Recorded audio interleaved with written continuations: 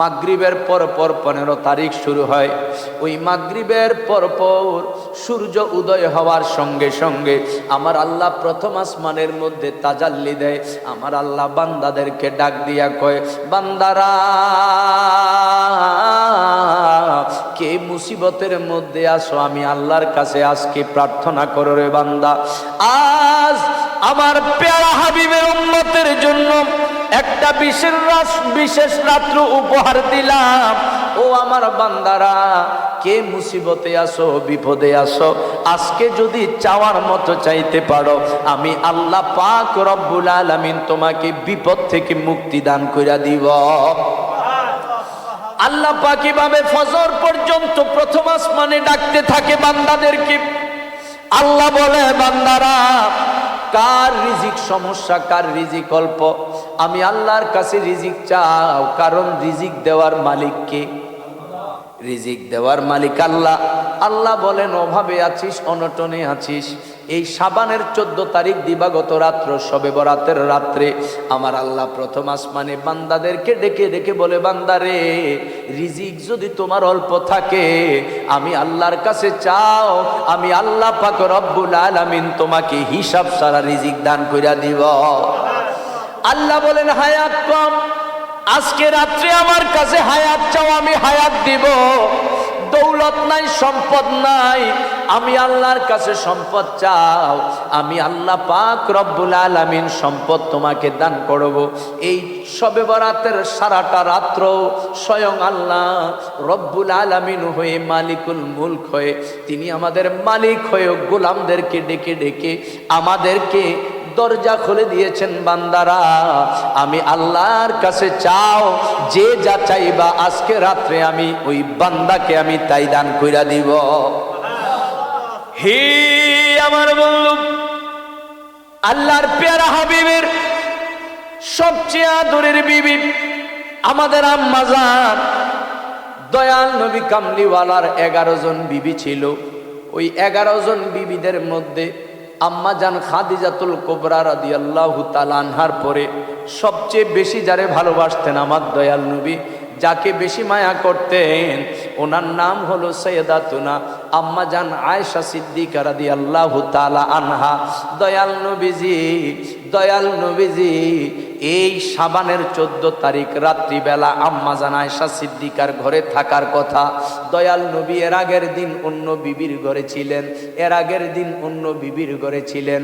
এই শাবানের 14 তারিখ দিবাগত রাত্র, শবে বরাতের রাত্রটা আম্মা জান আয়েশা সিদ্দিকা রাদিয়াল্লাহু তাআলা আনহার ঘর মুবারকে থাকার কথা। দয়াল নবী আমার, নূরের নবী আমার, ওই শবে বরাতের রাত্রিবেলা আম্মা জান আয়েশা সিদ্দিকা রাদিয়াল্লাহু তাআলা আনহার হুজরা মুবারকে শুয়ে আছেন। আম্মা জান আয়েশা সিদ্দিকা শুয়ে থাকতে থাকতে ওনার চোখে ঘুম চলে এসেছে। অনেক পরে যখন ঘুম ভেঙে গেল, উনি দেখতেছে ওনার বিছানার মধ্যে আল্লাহর হাবিব নাই, আমার নূর নবী কামলিওয়ালা ওনার হুজরা মোবারকে নাই। মনে বড় আঘাত, আজকে রাত্র তো আমার রহমাতুল লিল আলামিন কামলিওয়ালা আমার হুজরাতে থাকার কথা।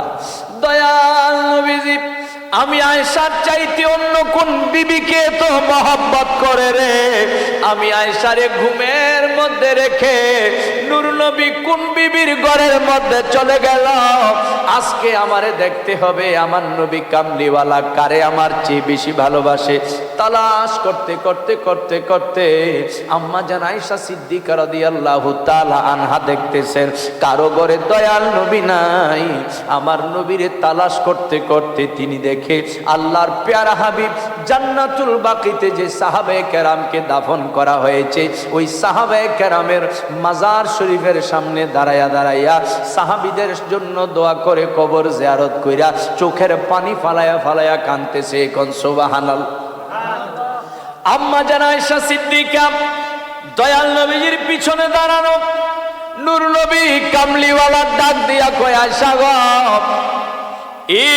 আয়েশা সিদ্দিকা, তুমি কি মনে করেছো আল্লাহর হাবিব তোমার উপর জুলুম করবে? তুমি ভেবেছো তোমার ঘরে না থেকে আল্লাহর হাবিব মনে হয় অন্য কোনো বিবির ঘরে চলে গিয়েছে। না না না, আজকে রাত্রটা হচ্ছে বিশেষ একটা রাত্র। আজকের রাত্রটা হচ্ছে শবে বরাতের রাত্র। আজকে রাত্রটাকে আমার আল্লাহ পাক রব্বুল আলামিন আমার উম্মতদের জন্য বিশেষ নেয়ামত হিসেবে দিয়েছে। কোন সুবহানাল্লাহ। এই হাদিস দ্বারা প্রমাণ হয় শবে বরাতের রাত্রে ইবাদত করা বৈধ। শবে বরাতের রাত্রে কবর জিয়ারত করা দয়াল নবীর সুন্নাত। অথচ আমাদেরকে এখন কিছু মোল্লা মুন্সি আছে ওয়াজ শোনায় শবে বরাতেও ইবাদত করা নাকি বেদাত। নাউজুবিল্লাহ। আরো জোরে কোন নাউজুবিল্লাহ। শবে বরাতের রাত্র হইল 14 তারিখ, আরবি 14 তারিখ দিবাগত রাত্র। তাইলে কয় তারিখ পরে? 15 তারিখ। কয় তারিখ পরে? এই 15 তারিখ নাকি কোনো রোজা নাই, কোনো নফল নামাজ নাই, কোনো জিকির আজকার নাই। বলেন আল্লাহকে ডাকার জন্য কি কোনো নির্দিষ্ট দিন লাগেনি? আল্লাহরে ডাকতে কোনো বাধা বিপত্তি ইসলামের মধ্যে আসেনি যে অমুক রাতে ডাকা যাবে, অমুক রাত্রে ডাকা যাবে না, অমুক সময়ে ডাকা যাবে, অমুক সময়ে ডাকা যাবে না। বান্দা যখন খুশি তখনই আল্লাহরে ডাকতে পারবে। তবে বিশেষ বিশেষ কিছু নেয়ামতের রাত্র রয়েছে, যেই রাত্রগুলোতে ইবাদত করা 1000 বছর ইবাদতের চাইতে অনেক উত্তম। কোন সুবহানাল্লাহ। আজকে বলা হয় শবে বরাতে নাকি কোনো ইবাদত নাই, কোনো বন্দিগি নাই। শবে বরাতে রাত্রেও নফল নামাজ নাই, জিকির আজকার নাই, দিনেও রোজা নাই। যদি কেউ রাত্রে সজাগ থাকে ইবাদত করে, দিনে রোজা রাখে, তার নাকি সওয়াবের বদলে গুনাহ হবে। কোন নাউজুবিল্লাহ। কেউ আল্লাহরে ডাকলে গুনাহ হবে এমন কোন কথা আল্লাহর জগতে জীবনে শুনছেননি, কিন্তু ওই আলে খবিশের কাছে শোনা যায়। গোটা দুনিয়ার মধ্যে যা না শুনবেন এই খবিশের দলের কাছে তা শোনা যায়। ঠিক কিনা বলেন? এই খবিশের দলের যেমন দলও উল্টা পাল্টা, এটির ফতুয়া উল্টা পাল্টা। এটিনে ফতুয়া দেয় শবে বরাতে রাতেও ইবাদত করা যাবে না, দিনেও রোজা রাখা যাবে না, দিনের মধ্যে ভুলেও রুটি বানান যাইতো না। কি বানান যাইতো না? হালুয়া বানানো যাবে না, ডাইলবাজি রান্ধন যাইতো না, রুটিও বানান যাইতো না। কেন? কেউ যদি শবে বরাতের দিনের বেলা রুটি আর হালুয়া খায়, কিয়ামত পর্যন্ত নাকি তার জন্য তওবার দরজা বন্ধ।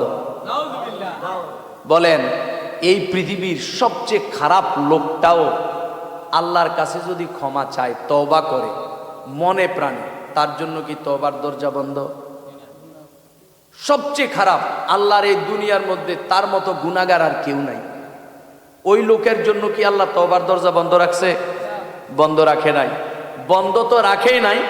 আল্লাহ বলেন ইবাদতকারী সারা রাত মসজিদে বসে বসে কোরআন তিলাওয়াত করলে আমি যতটা পছন্দ করি, বসে বসে ইবাদতকারী সারা রাত আমি আল্লাহর জিকির করলে তার জিকির যত পছন্দ করি, ইবাদতকারী সারা রাত দাঁড়িয়ে দাঁড়িয়ে মসজিদে নফল নামাজ পড়লে ওই ব্যক্তির নফল নামাজ যত বেশি পছন্দ করি, সারা পৃথিবীর সবচেয়ে খারাপ লোকটা যদি তওবা করার নিয়তে আমি আল্লাহর কাছে এক ফোঁটা চোখের পানি ছেড়ে দেয়, ওই ইবাদতকারীর ইবাদতের চেয়ে ওই গুনাহগারের চোখের পানিকে আমি বেশি পছন্দ করি। তাইলে সবচেয়ে বড় সমাজের মধ্যে, রাষ্ট্রের মধ্যে, গোটা পৃথিবীর মধ্যে খারাপ লোকটারও জন্য তওবার দরজা আল্লাহ খোলা রাখছে না বন্ধ করছে? খোলা রেখে দিছে। কিন্তু এই আলে কবিশের দল কয় আপনি কি এর রুটি খাইছেন আর ডাইলবাজি খাইছেন, এই অপরাধে আপনার লাগে তওবার দরজা বন্ধ।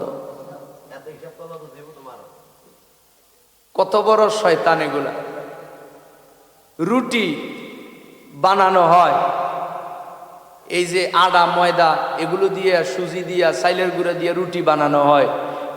এগুলো কি হালাল খাদ্য না হারাম? তাইলে চাইল খাওয়া, ডাইল খাওয়া, হালুয়া খাওয়া, তারপরে আটার রুটি, ময়দার রুটি খাওয়া, এটা হালাল।